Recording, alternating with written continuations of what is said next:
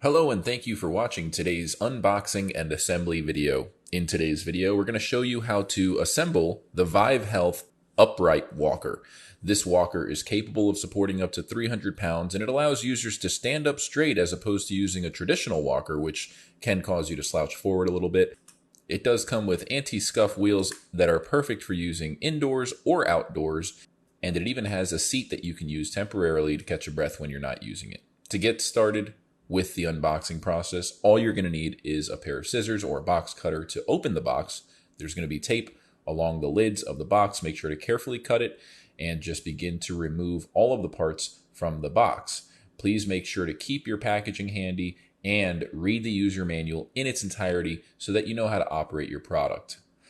You will need to keep the original packaging in case you need to return it. And now we're just showing you upon opening the box, there is couple of other boxes inside. One of them has a label that tells you what's inside of the box. There's a bunch of different components in that box. Make sure to keep that to the side and then just remove every other packet product and remove all of the packaging material around it. Lay it out. You will need ample space to assemble this product. We're going to go ahead and get started. It should only take about 5 minutes. The first thing we're going to do is we're going to unfold the seat. The seat does have a handle on the top which you can use to fold it again, and we'll show you how to do that next. After taking the seat out and standing it up, we've installed the armrests. You can adjust the height of the armrests using those little silver push spring balls that just slide into the slots on the side of the upright walker, and we'll show you how to adjust the height later. The next thing we're going to do is we're going to grab the wheels, which will fit right into the bottom side of the rocker. So you want to lay the walker down and install those wheels into the front part. And you'll notice what the front is by identifying those two handles in front of the seat. So as you can see, those two handles on the seat are pointing upwards, and we're installing those two first wheels on the front side, not the rear side. What we're doing next is we're getting the hardware out of the hardware bag, and what you're going to need is one of the black bolts and one of the 5-star grips that you can screw on. You'll notice that these bolts here that we're using for the front wheels is actually going to sink into the frame a little bit.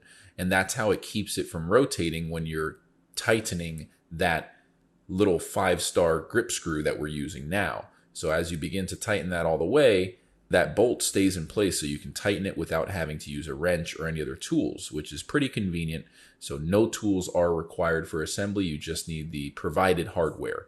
So we're just rinsing and repeating on the other side now. We have both of the front wheels nearly assembled. The next thing we're going to do is flip the walker over so that we can install the rear wheels. The rear wheels do have braking cables attached to them, so be careful when you're installing them not to get it snagged. And they do fit the same way that the armrests fit in. There's a little push spring silver button on the left and right side of each of the rails that have the wheels on them, and you can just push those in so that they fall into place and then pop right back out when they're installed. We're going to go ahead and grab our hardware next, and we're just showing you how that pops in and out really quick before we do so that you know what to expect when you're assembling your upright walker. The next thing we're going to do is grab one of the tri-grip star screws that we have here with the little plastic cap on them that's black with 3 tips to it. We're going to screw that all the way in, and there's a threaded side once you get it all the way through so that you can really secure it in there. Make sure it's nice and tight on both sides so that your upright walker is stable. Now we're standing the upright walker up and we're going to unfold it, and now we're going to begin to install the brake cables. But you may have noticed, just like we did, that when we installed the armrests, they were on backwards, which is something we actually wanted to point out because it's a very common mistake that people make. So what you want to do is make sure that the holes for the braking assembly are facing forward on the armrest pads. The armrest pads should be somewhat level, if not sloping downwards a little bit towards the front. And again, those holes are where you're going to install the brake handles and the handlebar assembly that just slides right in, and you can adjust the depth of them. So you may want them out further if you have longer arms, or if you have shorter arms, you may want them in further. You'll want to go ahead and grab the hardware bag that you emptied out and make sure you grab the corresponding bolt that goes through there. And there's going to be another one of those 5-star screws that you could just use without needing any tools. But before you put that in, there's a little bushing. It's kind of like a washer with a contour that fits to the shape of the round bar so that it can press up against it and not get loose over time, because it is hanging upside down and eventually it might get loose if it didn't have that.